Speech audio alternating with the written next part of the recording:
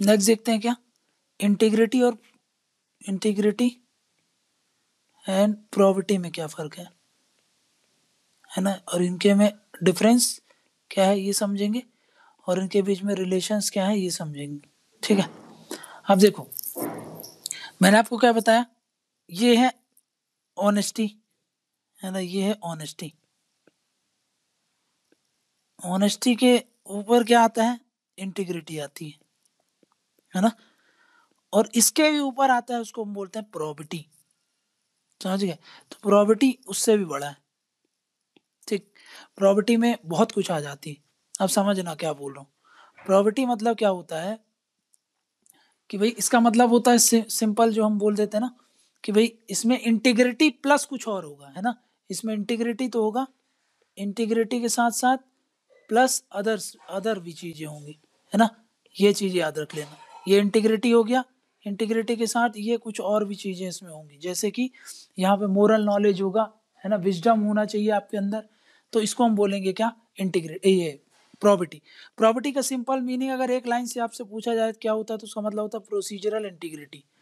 Procedural integrity, अब इसका मतलब क्या है, प्रोसीजरल इंटीग्रिटी मतलब आपकी इंटीग्रिटी जो होगी, है ना, इंटीग्रिटी को आपको एंश्योर करना है अपने एक्शन में, है ना।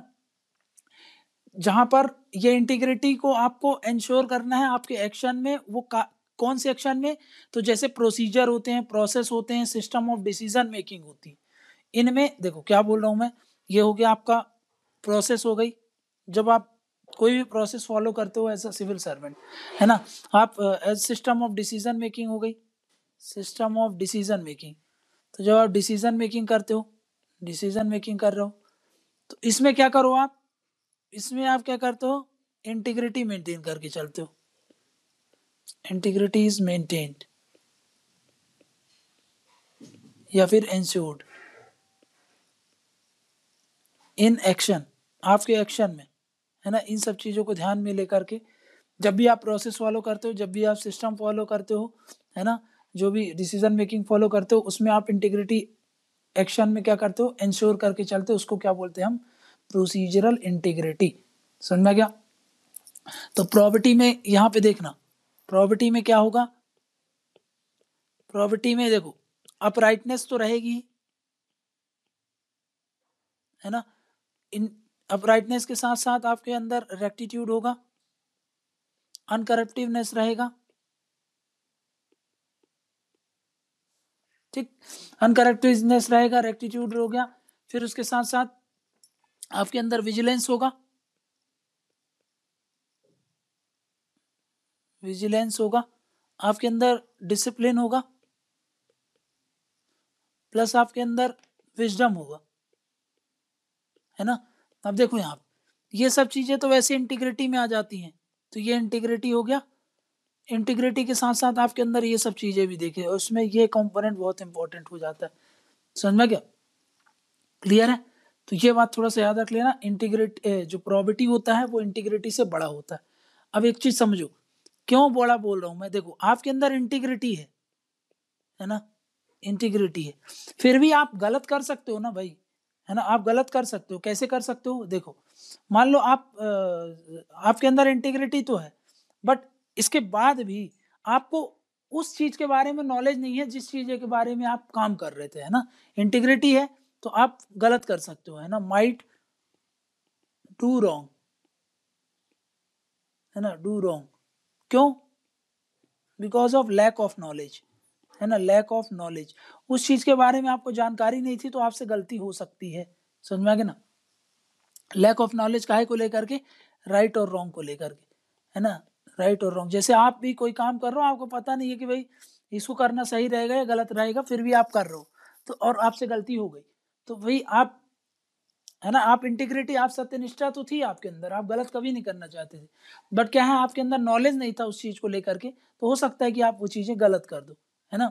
मतलब आप क्या कर रहे हो यहाँ पे, नॉलेज मतलब विजडम नहीं है आपके अंदर, है ना, विजडम लैकिंग था, ठीक है ना, ठीक है ना, काहे को लेकर के कि भाई क्या करना चाहिए ऐसे सिचुएशन में, है ना। यहाँ पे विजडम मतलब किस सेंस में लेके कि what ought to be done, है ना, मतलब कि क्या करना चाहिए था उस सिचुएशन में, इसकी नॉलेज नहीं थी आपको और आपने वो कर दिया और वो गलत हो गया, है ना। तो मतलब आपके अंदर सत्यनिष्ठा है फिर भी आप गलत कर सकते हो, ये मान के चल रहे हो आप। तो अब ये प्रॉपर्टी क्या बोलता है, प्रॉपर्टी ये बोलता है कि आपके अंदर ये विजडम होना चाहिए, समझ में आ रहा है, ये विजडम होना चाहिए, आपको सही और गलत का भी पता होना चाहिए, उसका भी ज्ञात होना चाहिए, जब जा करके आप एक अच्छे सिविल सर्वेंट हो गए, है ना। तो इसीलिए क्या बोलता है, इंटीग्रिटी तो है आपके अंदर बट उससे भी काम नहीं चल जाएगा ना भाई, आपको प्रोसीजर पूरे प्रोसेस के बारे में आइडिया नहीं है ना, पूरे एसओपीज के बारे में आइडिया नहीं है ना। तो मतलब बीइंग अ सिविल सर्वेंट आपको ये भी ज्ञात होना चाहिए कि ये एसओपी होती है, ये प्रोसेस होते हैं, ये आपके मतलब इस चीज का नॉलेज है, ये कोड ऑफ कंडक्ट का पूरा नॉलेज होना चाहिए, आपको ऐसे ही बिहेव करना है, आपको ऐसे ही काम करना है, समझ में गया। तो ये हो जाता है प्रॉपर्टी। तो समझ में आ गया प्रोसीजरल इंटीग्रिटी क्यों बोलते हैं, मतलब पूरी प्रोसीजर प्रोसेस जो होती है वो आपको पता होना चाहिए, प्रोसीजरल इंटीग्रिटी होनी चाहिए, समझ में आ गया, क्लियर है ना। तो मतलब प्रोसीजरल इंटीग्रिटी मतलब समझ में आ गया ना कि भाई क्या है, प्रोसीजरल इंटीग्रिटी का मतलब ये होता है कि भाई आपके अंदर इंटीग्रिटी तो है फिर भी आप गलत कर सकते हो, इसलिए क्या है, आप विजडम भी लैक ना करो। यही हुआ था जो कोल स्कैम हुआ था, कोल स्कैम में क्या होता है कि जो कैबिनेट सेक्रेटरी है उनको क्वेश्चन कर दिया जाता है, उनके ऊपर पूरा केस चल जाता है, ठीक है ना, क्योंकि वहां पर उन्होंने अपना विजडम नहीं लगाया। वो बात अलग है कि उनके अंदर इंटीग्रिटी रही होगी, बट यहाँ पर क्या होता है, उन्होंने अपना विजडम का एप्लीकेशन नहीं किया और सरकार को इतना बड़ा लॉस हो गया, समझ में गया। तो इसीलिए जब आप किसी को ये सब जो ऑक्शन वगैरह होता है इसमें बहुत विजडम चाहिए, है ना, यहाँ पे बहुत प्रॉबिलिटी चाहिए उस सिविल सर्वेंट के लिए, ताकि जो इसकी पॉलिसी फॉर्मुलेशन करते हैं, ये कोल ब्लॉक एलोकेशन करने में जो पूरा तैयार करते हैं, उसमें बहुत सी चीजें ध्यान देनी पड़ती है। कल को कुछ गड़बड़ हो गया तो आपके अंदर दिक्कत हो जाएगी, ठीक है, क्लियर है क्या बोला। तो देखो यहाँ पे क्या समझ में आया आपको, आपके अंदर इंटीग्रिटी है ना, ये इंटीग्रिटी है, प्लस आपके अंदर कुछ और चीज आ जाए जैसे विजिलेंस, है ना, विजिलेंस, आपको सब चीज के बारे में ज्ञात होना चाहिए, आसपास की चीजों के बारे में आपके अंदर विजडम होना चाहिए, है ना। और बाकी ये इंटीग्रिटी में अनकरप्टिवनेस, अपराइटनेस, ये सब तो है ही, ठीक है ना। और उसके बाद आ जाता है आपका, ये आ जाएगा आपका प्रोबिटी, ठीक है ना। तो ये होता है, अगर एक कोई व्यक्ति प्रॉबिटी है उसके अंदर, है ना, ये सिविल सर्वेंट है, उसके अंदर प्रॉबिटी है, तो क्या क्या चीजें आपको देखने को मिलेगी, वो देखने को मिलेगी कि वो व्यक्ति एक्टिव होगा, है ना, वो व्यक्ति हमेशा सही का साथ में ही रहेगा, सही के पक्ष में ही रहेगा, वो व्यक्ति हमेशा विजिल रहेगा, है ना, हर चीज के बारे में एकदम उसको जानकारी होगी, अवेयर होगा, एकदम शातिर होगा वो आदमी, ठीक है, एक्टिव होगा, बता दिया मैंने आपको, वो डिसिप्लिन्ड होगा और वो नॉन कॉम्प्रोमाइजिंग होगा, है ना, नॉन कॉम्प्रोमाइजिंग मतलब नो टू रॉन्ग प्रैक्टिसेस, हमेशा कभी नहीं होगा कि भाई आज करप्शन कर लेता हूं, कल कल नहीं करूंगा, ऐसा नहीं होता, ठीक है, ठीक है, क्लियर है ना। तो ये याद रख लेना। अब एक चीज और याद रखो, ये जो प्रॉपर्टी होती है हमेशा जो प्रॉपर्टी होगा ना, मतलब वो डिसीजन लेने से पहले आता है ना, प्रॉपर्टी, ये सब चीजें आपके अंदर होनी चाहिए, कब, ये डिसीजन लेने के बाद थोड़ी आएंगी, अब डिसीजन ले लिया बाद में विजडम ले रहे हो, ऐसा नहीं, डिसीजन लेने से पहला होता है, ठीक है ना, ये बात थोड़ी देर, ये प्री होता है ना, ये कंडक्ट होता है, कंडक्ट बिफोर डिसीजन मेकिंग, ये बात थोड़ा सा याद रख लेना।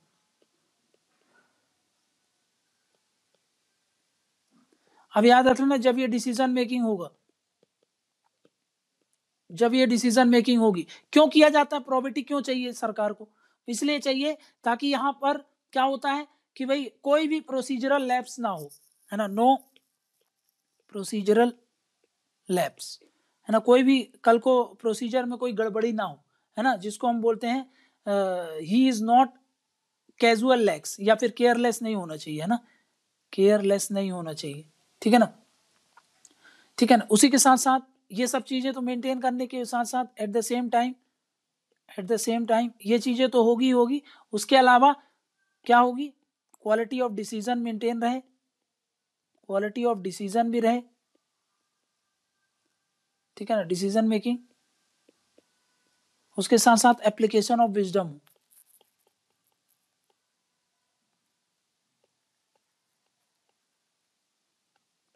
ठीक है।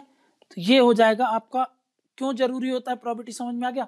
ताकि जब भी आप डिसीजन मेकिंग करते हो उसमें क्या हो, प्रोसीजरल लैप्स ना हो, केयरलेसनेस ना हो, at the same time quality भी मेंटेन रहे, और आप अपने जो विजडम है उसका प्रॉपरली यूटिलाइज करो, राइट एप्लीकेशन होता रहे। समझ में आ गया?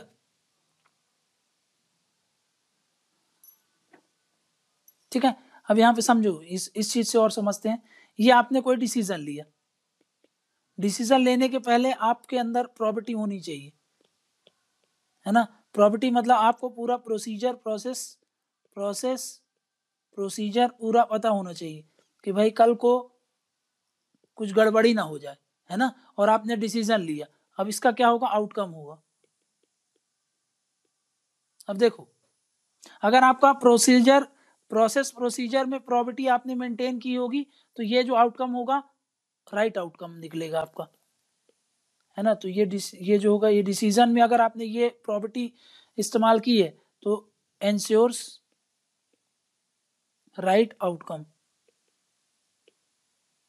या फिर राइट एक्शन, है ना? ठीक है, प्रॉपर्टी करोगे ना तो ऑटोमेटिक आपका जो आउटकम होगा वो अच्छा रहेगा। समझ में आ गए? वो बात अलग है कि प्रॉपर्टी क्या होता है कि भाई आउटकम के ऊपर नहीं होता, वो तो बस क्या बोलता है कि आप एक्शन करो, आउटकम आपका वैसे भी अच्छा हो जाएगा, है ना? तो वही मैं बोल रहा हूँ कि भाई क्या बोल रहा हूँ, देखो प्रॉपर्टी फोकस काहे पे करता है, फोकस ऑन एक्शन, है ना? प्रॉपर्टी एक्शन पर फोकस करता है। जब एक्शन अच्छा होगा तो क्या होगा, आपका आउटकम अच्छा हो ही जाएगा, ठीक है ना? लेकिन इसका मतलब ये नहीं कि प्रॉपर्टी ये इस पर फोकस करता है, आउटकम पर। प्रॉपर्टी फोकस किसके पर करता है, एक्शन पर। एक्शन मतलब जो प्रोसीजर, जो प्रोसेस फॉलो कर रहे हो उसमें आपको इंटीग्रिटी प्लस जो भी अदर चीजें मैंने बताई वो सब चीजें हो, मतलब आप जब भी डिसीजन लोगे तो ये सब चीजें फोकस करो। तो आपका फोकस काहे पर है, मैं अच्छा काम करना चाहता हूं, बस ये फोकस। आउटकम क्या निकलेगा उससे मेरे को लेना देना नहीं। अब आप ही बताओ, जब आप अच्छे मन से करोगे, अच्छी सब कुछ प्रोसीजरल लैक नहीं करोगे, विजडम नहीं लैक कर रहे हो, आप प्रॉपर एप्लीकेशन ऑफ विजडम कर रहे हो, आपके अंदर इंटीग्रिटी है, पूरे प्रोसीजर फॉलो कर रहे हो, सब कुछ कर रहे हो, तो आउटकम अच्छा क्यों नहीं होगा, है ना? ठीक है ना? तो ये याद रख लेना। तो जब हम क्या करते हैं, प्रॉपर्टी से हम क्या लाते हैं, प्रॉपर्टी से हम राइट एक्शन, है ना, राइट एक्शन, और इस राइट एक्शन से क्या होगा, राइट आउटकम आएगा। ठीक है, तो ये बात थोड़ा सा याद रख लेना, ठीक है ना? ज्यादातर जो करप्शंस क्यों होते हैं, क्योंकि वहां पर प्रोसीजरल लैप्स होते हैं, है ना? क्योंकि उन जो प्रोसेस होता है उनका मिसयूज होता है, यही होता है प्रोसीजर। जैसे कि 2G स्कैम हो गया, कोल ब्लॉक स्कैम हो गया, PNB स्कैम हो गया, यहाँ पर क्या है, यहाँ पर प्रोसीजर और प्रोसेस ही तो लैप्स हो रहे हैं। और प्रॉपर्टी में क्या होता है कि प्रोसीजर और प्रोसेस लैप्स नहीं होने चाहिए, है ना? ठीक है ना? ये प्रोसीजर प्रोसेस मतलब क्या है, जैसे कि RTI हो गया, सिटीजन चार्टर हो गया, वर्क कल्चर हो गया, कोड ऑफ कंडक्ट का ज्ञान होना चाहिए, कोड ऑफ एथिक्स का ज्ञान होना चाहिए, है ना? उन सब चीज़ों को जरूरत है तो फेवर करानी चाहिए, जहाँ पर एप्लीकेबल हो वहाँ पर एप्लीकेबल कराओ, ये सब चीज़ें प्रॉपर तरीके से फॉलो करोगे डिसीजन मेकिंग में, तो आपका हमेशा राइट एक्शन होगा, राइट एक्शन से आपका राइट आउटकम आएगा। ठीक है, तो ये बात थोड़ा सा दिमाग में रख लेना। ठीक, ये होता है आपका जो डिफरेंस है वो मैंने समझा दी। ठीक है, इन दोनों में क्या डिफरेंस है। ठीक, अब प्रॉपर्टी इन गवर्नेंस जो है आपका, जो यूनिट 8 में दिया हुआ, ठीक है ना, कि प्रॉपर्टी इन गवर्नेंस क्या है, तो वो अब जो आपका जो आगे यूनिट होगा जब उसको डिटेल में करेंगे, लास्ट यूनिट है, आप यूपीएससी के सिलेबस में देखोगे तो लास्ट यूनिट जो है आपका प्रॉपर्टी इन गवर्नेंस वाला टॉपिक दिया है, तो वहां पर अब हम प्रॉपर्टी इन गवर्नेंस वगैरह करेंगे। अभी बस एक आइडिया ले लिए ना कि प्रॉपर्टी क्या होता है ना, इंटीग्रिटी क्या होता है, और बाकियों में डिफरेंसेस क्या है, ये हमने समझ ली। ठीक है ना, तो अब आपने क्लियर कर लोगे, आप डिफरेंस बना लोगे। देखो हमने क्या क्या देख लिया, ऑनेस्टी देख लिया, इंटीग्रिटी देख लिया, और इसमें प्रॉपर्टी भी देख लिया, है ना?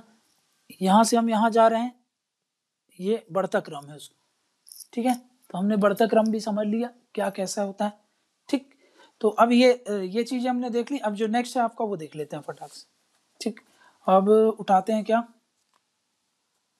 ऑनेस्टी हो गई, इंटीग्रिटी हो गई। अब उठाते हैं, मैं देख ले रहा हूँ क्या क्या दिया हुआ है। हाँ चलो अब देखते हैं अपन ऑब्जेक्टिविटी क्या होती है, ठीक है ना। ऑब्जेक्टिविटी हो गई, एम्पैथी बचा है, और एक सेकेंड, हाँ इंटीग्रिटी तो कर लिया, ऑनेस्टी भी कर लिया। इम्पार्शियलिटी, नॉन पार्टीजनशिप, ऑब्जेक्टिविटी करते हैं। ऑब्जेक्टिविटी, एम्पैथी, चलो अब ये आपको समझा देता हूँ मैं। ऑब्जेक्टिविटी क्या है और टॉलरेंस क्या है। हाँ चलो ऑब्जेक्टिविटी सबसे पहले उठाते फिर टॉलरेंस करेंगे, ठीक। अब देखो ऑब्जेक्टिविटी क्या है।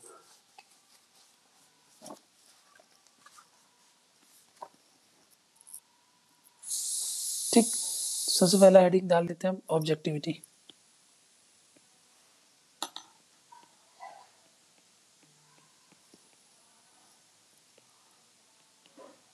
ऑब्जेक्टिविटी, अब ऑब्जेक्टिविटी का मतलब क्या है, देखो बहुत ध्यान से समझना, नहीं तो बाद में नहीं समझ में, बहुत इंपॉर्टेंट ये चीज, मतलब ये वैल्यूज हैं, ठीक है।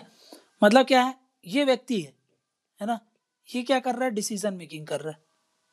डिसीजन मेकिंग, आप कोई भी डिसीजन ले रहे हो, है ना, लेकिन किसके आधार पर ले रहे हो, ये डिसीजन किसी बेस बनाओगे ना, कोई बेस बनाओगे ना, उसके आधार पर ये डिसीजन लोगे।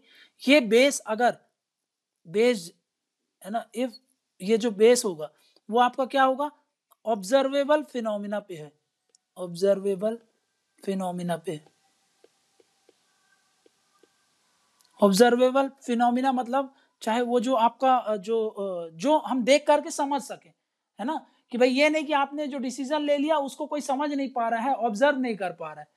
जैसे कि अगर आप वो डिसीजन ले रहे हो on the basis of facts, है ना, on the basis of merits, है ना, on the basis of rationality, है ना, on the basis of objective standards, objective standards, and not on subjective standards. जैसे कि मैं आपको कुछ बताता हूं, जैसे कि प्रीलिम्स देते हैं हम, प्रीलिम्स में ऑब्जेक्टिव होता है भाई यही है, ए बी सी डी, है ना, ए बी सी डी। अब इनमें से कोई एक ही सही होगा, है ना, मतलब ये क्या हो गया, ऑब्जेक्टिव हो गया भाई, इसके अलावा बाकी सही नहीं है। लेकिन जब हम मेंस का आंसर लिखते हैं, है ना, मेंस का आंसर लिखते हैं, तुम लिख रहे हो, मैं लिख रहा हूँ, 10 लोग और लिख रहे हैं, सबका कुछ ना कुछ मतलब रहेगा, सब कहीं ना कहीं उससे ऐसा नहीं बोल सकते कि इसका आंसर गलत है, इसका आंसर गलत है, सिर्फ इसी का सही है ना। वो सही सारे आंसर है, बस किसी का ज्यादा अच्छा सही है, किसी का कम सही है, मतलब उसमें सब्जेक्टिविटी आ गई, समझ में आ गया, इंटरप्रिटेशन डिफरेंट हो जाता है, तो उसी चीज को डिफरेंट डिफरेंट नजरिए से लोग देखने लगते हैं। तो हम अब ये क्या बोलता है, ऑब्जेक्टिविटी क्या बोलती है कि आप जो डिसीजन लो वो किस पर होना चाहिए, ये जो प्रीलिम वाला एमसीक्यू है उस टाइप का होना चाहिए, मतलब किसी फैक्ट पर लो, किसी मेरिट के आधार पर लो, किसी रैशनैलिटी के आधार पर लो, ऑब्जेक्टिव स्टैंडर्ड्स जो कि डिफाइन किए गए हैं। अगर आपको बोला गया था कि ये पैरामीटर आपको यूज करके आपको डिसीजन लेना है, आप वो पैरामीटर का यूज करके डिसीजन ले रहे हो तो फिर जस्टिफाइड है। लेकिन आप सब्जेक्टिव डिसीजन ले रहे हो, है ना, सब्जेक्टिव मतलब जहां पर इंटरप्रिटेशन वगैरह बहुत ज्यादा रिक्वायर्ड हो जाती है, तो फिर वहां पर गड़बड़ी होने के चांसेस ज्यादा हो जाते हैं, समझ में आ गया। तो इसीलिए याद रखना कि ऑब्जेक्टिविटी मतलब क्या होता है, जब हम डिसीजन मेकिंग करते हैं तो डिसीजन मेकिंग काहे के आधार पर होना चाहिए, ऑब्जर्वेबल फिनोमिना, मतलब सामने वाला उसको ऑब्जर्व कर पाए, है ना, और सब उसको समझ पाए, जैसे कि फैक्ट्स के आधार पर, मेरिट्स के आधार पर, रैशनैलिटी के आधार पर, ऑब्जेक्टिव स्टैंडर्ड्स, इनके आधार पर जब डिसीजन होता है।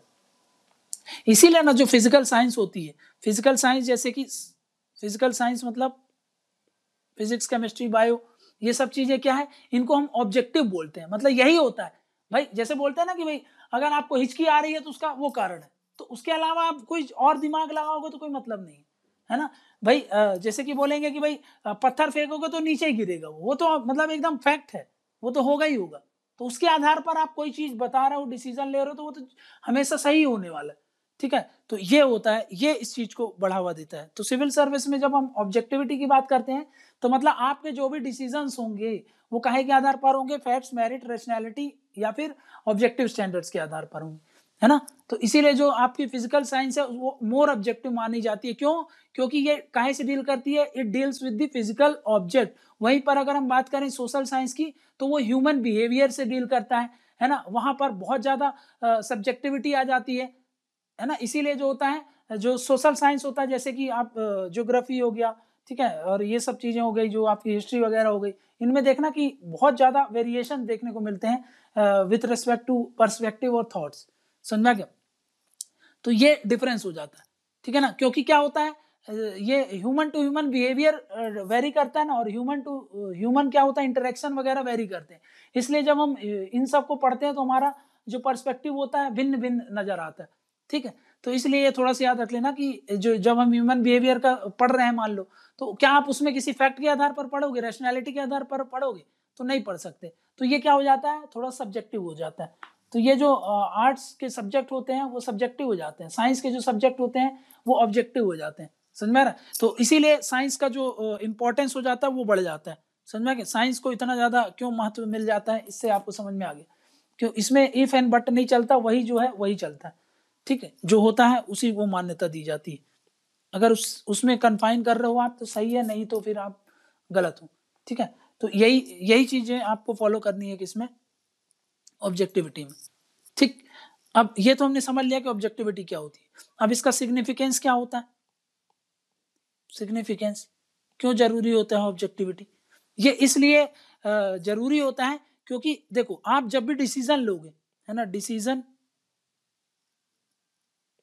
Decision based on objective standards, है ना। जब आप डिसीजन लोगे ऑब्जेक्टिव स्टैंडर्ड से तो वो डिसीजन हमेशा क्या होगा, इम्पार्शियल होगा, है ना। क्योंकि भाई आपने तो बोल दिया कि भाई मैंने रिजल्ट बनाया है क्योंकि इस व्यक्ति के इतने नंबर थे, इसके इतने नंबर थे, इसके इतने नंबर थे। तो भाई अब सीधी बात है, तुम लोगों ने ओएमआर में टिक किया है, तो जो ओएमआर में मैच कर रहा है उसके हिसाब से रिजल्ट बना है। इसमें मैं किसी को क्या ज्यादा नंबर का दे दूंगा या किसी का काट लूंगा। जो आपने टिक किया उसके हिसाब से आपकी मार्कशीट तैयार हो रही है।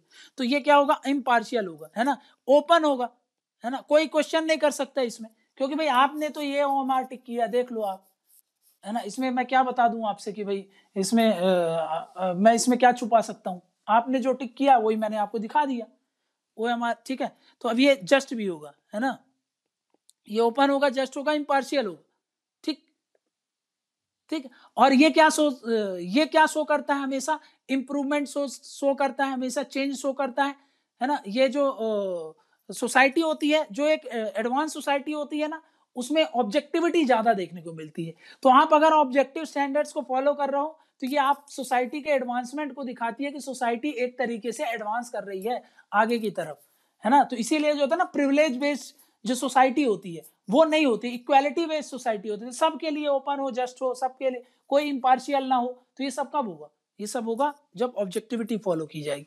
समझ में गया? तो ये क्या होता है, शोज इंप्रूवमेंट, चेंज, एडवांसमेंट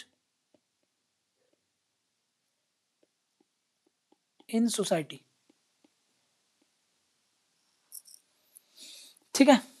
ये पहला पॉइंट था, ये दूसरा पॉइंट, ठीक। देखो हमेशा ऑब्जेक्टिव डिसीजंस कैसे होंगे, हमेशा ऑब्जेक्टिव डिसीजंस फेयर होंगे, फेयर होंगे कि नहीं, एकदम न्याय पूरा, उसमें आपको क्लियर कट आपको सब कुछ दिखेगा, है ना, उसमें कुछ छुपाने जैसी बात नहीं होगी। इससे क्या होगा, जब फेयर होगा तो इससे हम क्या करेंगे, प्रमोट करेंगे जस्टिस को, प्रमोट्स जस्टिस, है ना, सबको जस्टिस, मतलब किसी को कोई दिक्कत नहीं होगी। बोला ना कि ये हमेशा जस्ट डिसीजन होगा जब आप ऑब्जेक्टिव डिसीजन लोगे, है ना। जैसे कि यूपीएससी में जो प्रीलिम्स होता है, यूपीएससी के जो इंटरव्यूज होते हैं, है ना, उसमें आप बोल सकते हो ऑब्जेक्टिविटी। मेंस जो होता है, मेंस जो होता है ना, उसमें आपकी सब्जेक्टिविटी देखने को मिलती है, बट प्रीलिम्स में ऑब्जेक्टिविटी देखने को मिलेगी। और एक बात जी, ये तीसरा पॉइंट देखो यहाँ पे, तीसरा पॉइंट। अब बताओ, ऑब्जेक्टिव डिसीजंस जो होते हैं, है ना, ऑब्जेक्टिव डिसीजंस वो क्या होते हैं, सबके द्वारा एक्सेप्टेबल होंगे कि प्रीलिम्स का जब रिजल्ट आता है ना, तो उसमें आप क्वेश्चन कर सकते हो क्या कि नहीं भाई ये गलत है, ऐसा नहीं होना चाहिए, मेरे हिसाब से ऐसा होना चाहिए। भाई तुम्हारे हिसाब से होना चाहिए, बट जो प्रूवन फैक्ट है उसके आधार पर तो आपका आंसर गलत हो गया ना।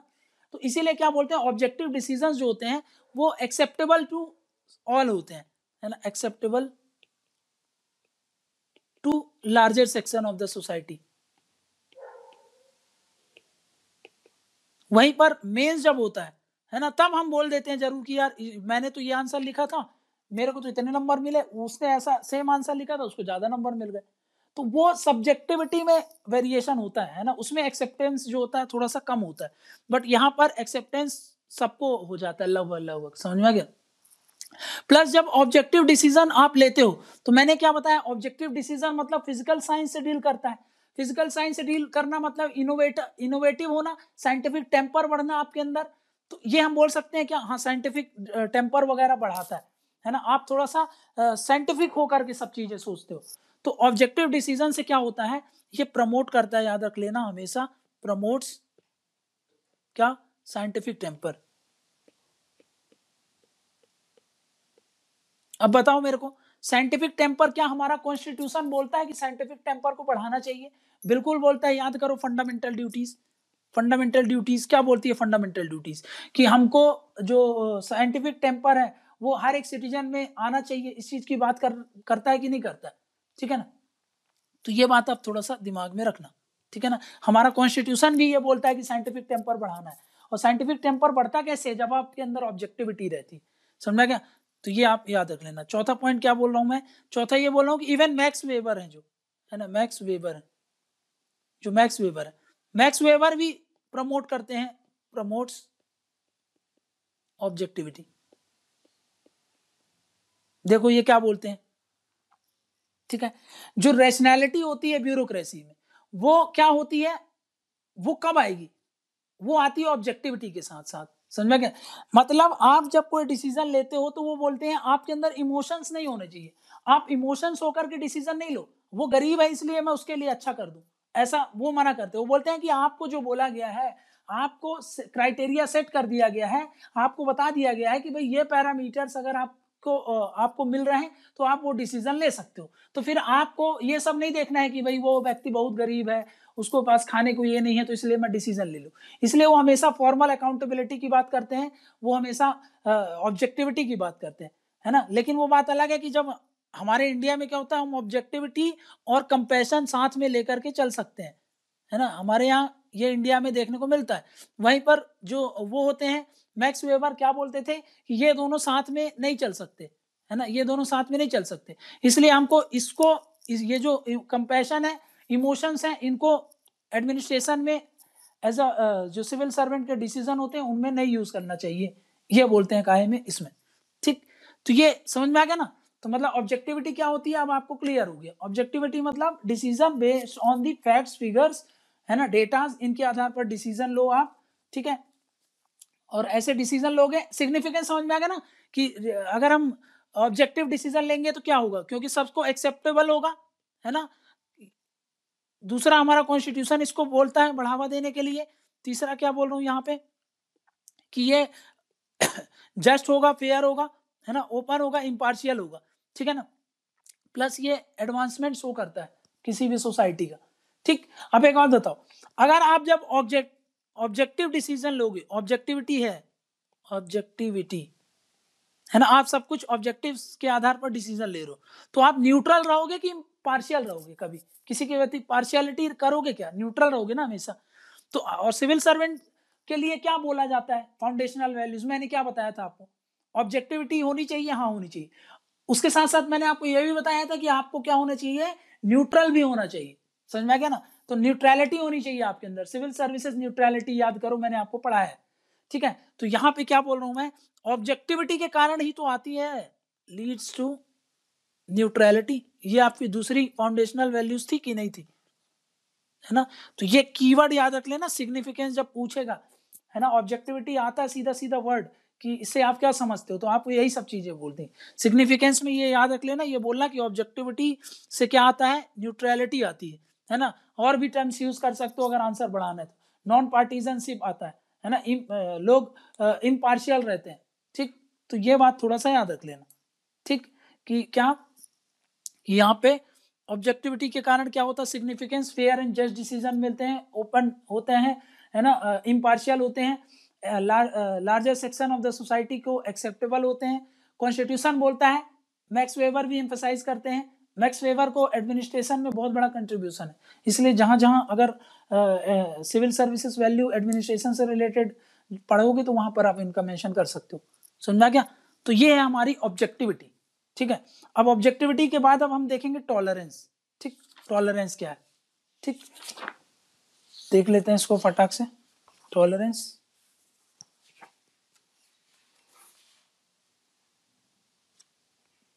नेक्स्ट है आपका टॉलरेंस।